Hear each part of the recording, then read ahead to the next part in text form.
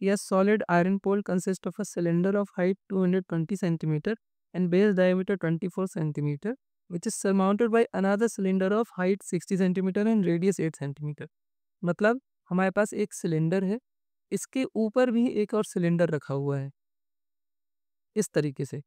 तो ये जो नीचे वाला सिलेंडर है, इसकी हाइट हमको दी गई है 220 सेंटीमीटर और इसका जो बेस डायमीटर हमको दिया है, वो दिया है 24 सेंटीमीटर। और इसके ऊपर जो सिलेंडर सरमाउंटेड है, उसकी हाइट है 60 सेंटीमीटर।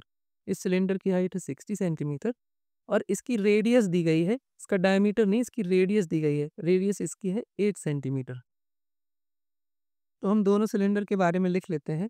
तो सिलेंडर 1 जो है हमारा, सिलेंडर 1, इसकी हाइट को हम h1 मान लेते हैं। तो h1 इसकी हाइट इसकी है 220 सेंटीमीटर और इसका रेडियस को r1 मान लेते हैं। तो इसकी रेडियस हो जाएगी, इसका डायमीटर 24 है तो रेडियस हो जाएगी 12 सेंटीमीटर। इसी तरीके से सिलेंडर 2 जो है हमारे पास, सिलेंडर 2, उसकी हाइट हमको दी गई है, इसकी हाइट को हम h2 मान लेते हैं। हाइट दी गई है 60 सेंटीमीटर और इसकी रेडियस r2, इसकी रेडियस 8 सेंटीमीटर दी गई है। तो अब हमको ये बताना है, find the mass of the pole given that 1 centimetre cube of iron has approximately 8 gram mass. तो हमें इस पूरे सिलेंडर का या फिर इस पूरे पोल का मास बताना है। तो मास बताने के लिए सबसे पहले हमें इसका वॉल्यूम निकालना पड़ेगा। तो volume of pole, volume of pole मतलब वॉल्यूम ऑफ बोथ सिलेंडर्स। तो volume of cylinder 1 plus volume of cylinder 2। तो सिलेंडर का वॉल्यूम कितना होता है, पाई आर स्क्वायर एच। तो पाई, इसकी रेडियस तो r1 मानी है तो r1 स्क्वायर और हाइट इसकी h1 और दूसरे वाले की पाई r2 स्क्वायर इंटू h2।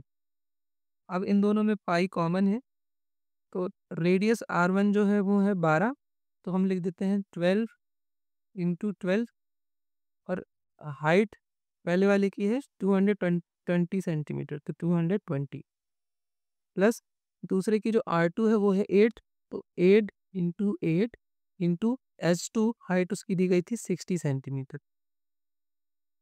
तो ये पाई इसी तरह लिखा रहने देते हैं अभी। 12 इंटू 12 को मल्टीप्लाई करेंगे तो 144 आएगा।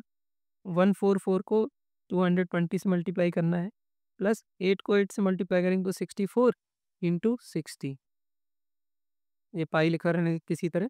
अब 144 को 220 से मल्टीप्लाई करेंगे तो आएगा 31680 और 64 को 60 से मल्टीप्लाई करने पे आएगा 3840। अब इन दोनों को जोड़ देते हैं तो जब इनको ऐड करते हैं तो आता है 35520। अभी हमको यहाँ पे पाई की वैल्यू 3.14 यूज़ करनी है, तो पाई की जगह पे 3.14 लिखते हैं इंटू 35520। और जब हम इसको सॉल्व करेंगे, उसको मल्टीप्लाई करना है, ये तो इजी ही है। तो 111,532.8 सेंटीमीटर क्यूब। तो हमें इस पोल का वॉल्यूम मिल गया 111,532.8 सेंटीमीटर क्यूब। तो अभी हमको यहाँ पर ये भी दिया गया है कि 1 सेंटीमीटर क्यूब का जो मास है वो है 8 ग्राम। तो फिर 111,532.8 सेंटीमीटर क्यूब का मास कितना हो जाएगा, 8 इंटू 111,532.8।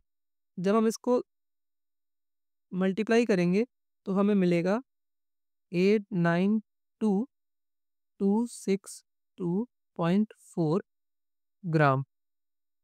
तो अब हम इसको किलोग्राम में भी बदल सकते हैं। तो हमें पता है कि 1 किलोग्राम बराबर 1000 ग्राम होता है। तो इसको किलोग्राम में बदलने के लिए इस पॉइंट को 3 डिजिट पीछे ले जाना पड़ेगा। तो इसको हम ये भी लिख सकते हैं 892.262 kg।